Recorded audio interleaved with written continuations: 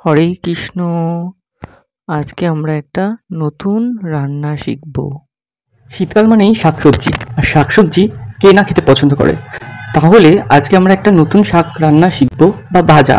সেই ভাজাটা এত সুন্দর খেতে লাগে, তোমরা নিজেরা যতক্ষণ না ট্রাই করছো ততক্ষণ সেটা ভালো বুঝতে পারবে না। আর আমি যেভাবে রান্না করছি তোমরা ঠিক সেইভাবেই রান্না করবে, তবেই টেস্ট আসবে। তাহলে আজকে আমরা রান্না করছি সর্ষে শাক ভাজা। সর্ষে শাক ভাজা তো সুন্দর খেতে। ভেজ কিচেনে তোমাদের সবাইকে স্বাগত। যারা নতুন রয়েছে তারা আমার চ্যানেলটাকে সাবস্ক্রাইব করে বেল আইকনটা দাবিয়ে ছোট মিক্সি জারে আমি নিয়েছি 1 বাটি মুগ ডাল। আমি সামান্য একটা ছোট বাটিতেই নিয়েছি মুগ ডাল এবং একটু জল দিয়েছি আর 2খানা কাঁচা লঙ্কা দিয়ে আমি এটা সম্পূর্ণরূপে বেটে নেব। তোমরা এটা শিলেও বেটে নিতে পারো, আমি মিক্সিতে বেটে নিয়েছি। এবার আমি এটা রান্না করব হচ্ছে সর্ষে শাক।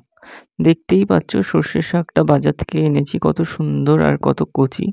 সর্ষে শাক খেতে সত্যি যাদের ভালো লাগে না তারা যদি এইভাবে একবার বানিয়ে ভালো করে এখানে অতি অবশ্যই তোমাদের খেতে কেটে নেওয়ার পরে আমি একটু জল দিয়ে ভালো করে এটাকে ধুয়ে নিচ্ছি, কারণ সর্ষে শাকের ভিতরে অনেক বালি থাকে, সেই বালিটাকে আমাকে ভালোভাবেই ধুতে হবে, না হলে কিচকিচ করবে।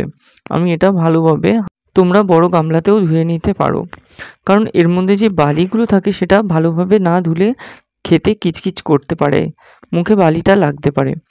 আমি বালিটা ভালো করে ছাড়িয়ে পরিষ্কার করে ধুয়ে নিয়েছি। এবার আমি কড়াইতে দিয়ে দিয়েছি সর্ষে তেল।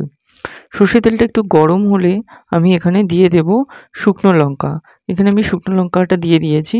এবার শুকনো লঙ্কাটা একটু ভালোভাবে গরম হয়ে গেলে তারপর আমি এখানে দিয়ে দিচ্ছি কালো জিরে। আমি এখানে কালো জিরে ব্যবহার করেছি, তোমরা সাদা জিরেও ব্যবহার করতে পারো। তারপরে দিয়ে দিয়েছি আমি মূলো শাক। মূলো শাকটা ভালোভাবে দিয়ে দেওয়ার পরে আমি এখানটায় দেখতেই পাচ্ছ আমার এখানে শাকের পরিমাণটা 1 আটি ছিল। তোমরা এখানে 2 আটি শাক ব্যবহার করলে তোমাদের পরিমাণটা সব কিছুই বেশি বেশি দিতে হবে। এবং শাকটা আমি এখানে দিয়ে দেওয়ার পরে ভালোভাবে নেড়েচেড়ে নিচ্ছি, চাপিয়ে দেবে যাতে আমার প্রত্যেকটা ভিডিও তোমাদের কাছে পৌঁছে যায়। এবার এখানে আমি অ্যাড করেছি নুন, দিয়ে দিয়েছি অল্প একটু চিনি। নুন আর চিনি না দিলে কোনো রান্নাতেই ভালো টেস্ট আসে না। এবার আমি দিয়ে দিয়েছি এখানটায় হলুদ। দিয়ে দেওয়ার পরে প্রত্যেকটা মশলা আমি ভালোভাবে এখানে নাড়িয়ে চাড়িয়ে নিচ্ছি। তারপরে আমি এখানে যে ডালটা বেটে রেখেছিলাম সাথে 2টো কাঁচা লঙ্কা দিয়েছি, সেই মিশ্রণটা আমি এখানে দিয়ে দিলাম। তোমরাও এইভাবে দিয়ে দেবে।